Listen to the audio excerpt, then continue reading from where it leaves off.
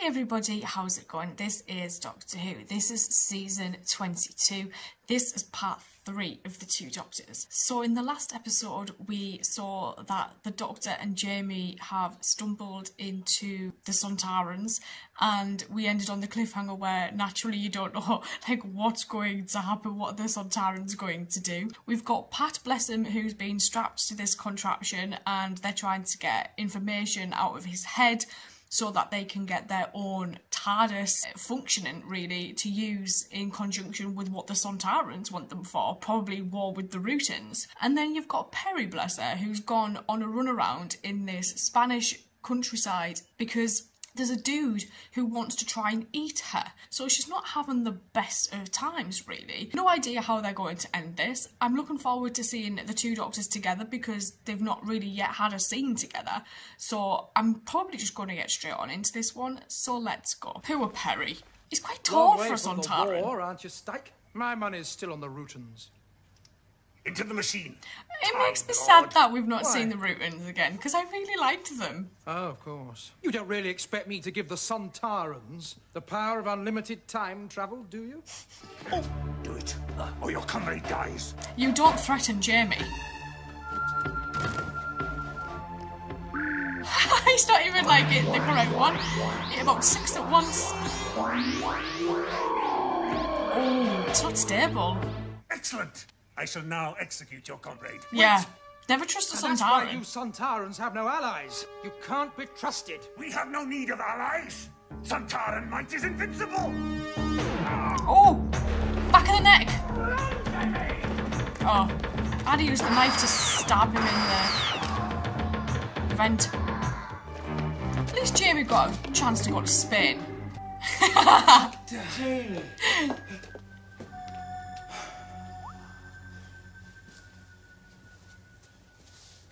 Pat's like, what am I wearing?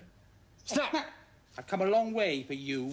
Naturally. Don't expect any thanks. I think someone's coming. Oh, at least he gets a nice little sit down. Upstairs. Wake up, old Time Lord. Supper will soon be served. Oh, look at Jamie, always trying to rescue people. Typical cowardice.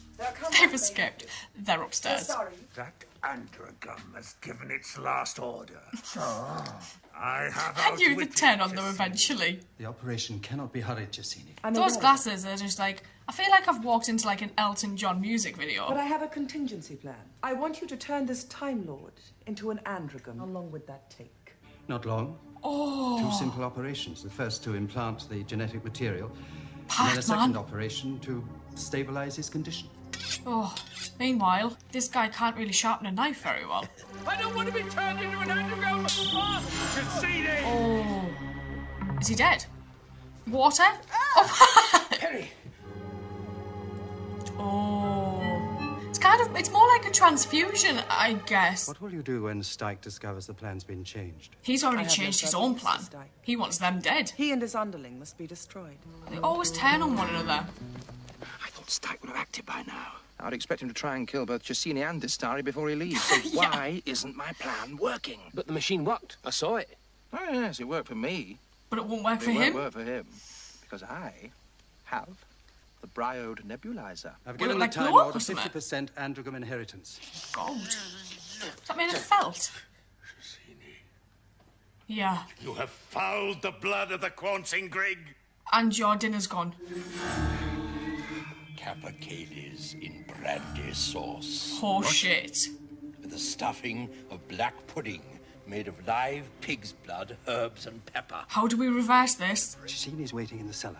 Ah, If you go in this it's way, a trap. you have him trapped. It's a trap for you. Double cross. Yeah. Gets more interesting by the minute. And then the cook's like against him. Look at these guys, like they've got Dysons. Oh. That was a bit of a delayed reaction, mind. You can still hear them. And it'll acid fireworks. Looks like Cassini's won. Quail pate, I think, Shockeye, followed by a bisque de crevette. Now, where are they going? The local restaurant. Quite pally. That was very Tom, actually. gone. You know, when Tom used to impersonate Doctor Buster isn't Keaton. stabilised with it. planet do they ever eat their own? I remember a dish, shepherd's pie. Shepherd's pie, Not made from we walk shepherds. quicker. Oh, I love a shepherd's pie though. I'm already beginning to feel changes. Pick up the pace a bit then. Oh, come on then. Thanks, Jamie. God, imagine being in like Jamie's costume in this heat. Sontarans as well, actually. Bloody Nora, it won't work. Oh. Meanwhile, what a sightseeing little trip. Of course we're the same, but different. You only have to see how my sartorial taste has improved, for instance. It hasn't. But how can two of you be together at the same point in space and time? It's almost inevitable. I do you'll find run it into interesting yourself that at they some go point. over this, like, every time there's something like this happens, they have to mention it. How can there be two of you? They're checking the restaurants. Yes. Something I should have thought of. How is it even going? My God. This way. Fortunately, I have an A seat at excellent the table back. for you. There's a cat. Well, what about it? They say there's more than one way to cook a cat. Oh my Lord. It's getting worse with Pat. I'm turning into an androgam. Pull yourself together, Doctor. I love Jamie. He's so innocent. A ham with figs, Who's a paying steak, for and this? an entire family paella. You're never going to get the money for this. I trust everything was to your satisfaction, gentlemen. What is this? The bill. Just wait for commotion to start. Oh my God. Promptly on the scene, as always. Oh, You're going to I be all don't right, think he's Oscar. going to I survive. called for the ambulance and the Guardia look at the Civil. doctor's face. Where are you, Anita? I'm here. Please, take care of my beautiful moths. Good night, sweet prince. Just look at the doctor, his face. Is it getting worse? What's making it reverse? He must be so full. Can you walk? This way. Now look, you got me into this. On his stomach. You two, please stop squabbling. Poor Jamie, just lagging behind, just doing as told. No, you'll come this way. Jamie with his arms in the air as well. Oh, I've missed Jamie. I have missed him. I bet he's still hungry. I found this. Bloody Down hell. to the cellars. He's going to eat that leg. You know the way, I think. He's already got his hands up. The Briar nebulizer's missing. Do you mean this? Oh, don't just get that out your pocket. There is a simple way of testing whether you are still trying to deceive us. Oh.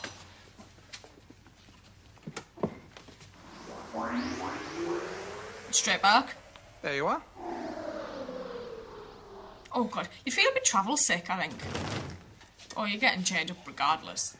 You promised we could have a human before leaving Earth.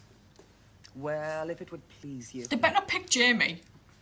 Take the one in the skirt. He's the youngest of the Jacks. Thank you, madam. I love how might Pat's need to all say like, goodbye. we need to get it going, we need to get it going. And then Colin's just like, it's fine. I presume you sabotaged the Briar nebulizer. Paired the interface. Precisely what I would have done. I knew she'd want to test it. There's no need to be so smug. We've got to get Jamie out of that butcher's hands. Can you reach that wheelchair?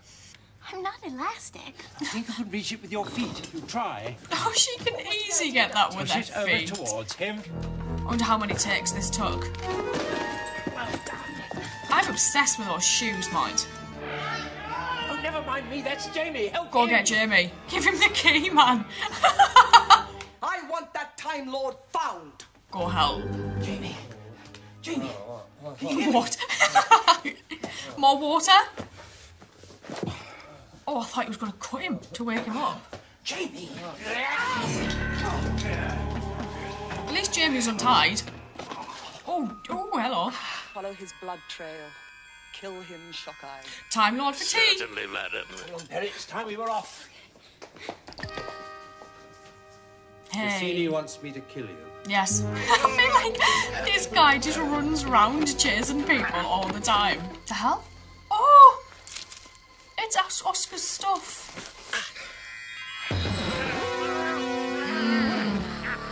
I do find it really bizarre to watch, to see this doctor do things like this, because he seems more apt to do it than any doctor You're we've just really met desserts. before. Are they still alive? Because he hates you? There's been enough killing, Cassini. Oh, Oh. Stop! Good shot. Oh, it won't work. My word, that's a mess. A Staten Island remote control?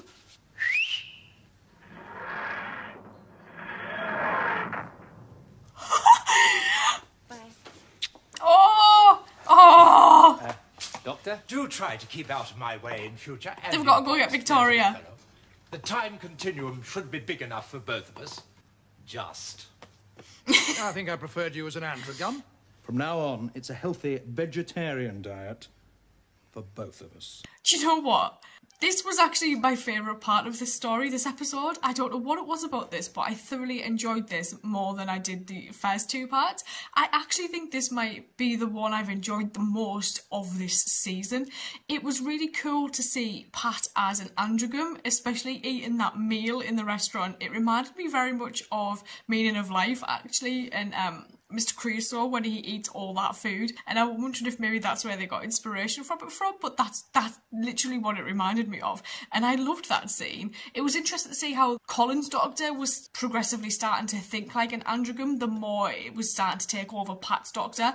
That was a really cool thing for them to put in there to see how it would affect obviously a later doctor. Jamie just being Jamie was wonderful to see, because it's so lovely when you do get these people coming back and it's characters that, you know, have a special place in the show and you as a watcher, and to see him just being him was probably my favourite thing about this. And then him giving Perry a little kiss at the end I thought was really sweet as well, and then they went off to go get Victoria, I guess, from wherever she'd stopped over at. I can't remember where they said in part one, but they obviously went and got her and just carried on as was. And I just think it's amazing that, you know, those guys even came back, to be honest. I think one of my favourite parts about this was actually seeing the effect on the Sontaran and how that acid, like, affected him and how he was all green and gloopy and he was able to, like, blow up his own ship, but then there was his leg left. I really expected that dude to try and eat his leg. But seeing the doctor, like, give that guy his comeuppance, I think, or something like that he'd said, and then obviously the woman dying because she'd gone in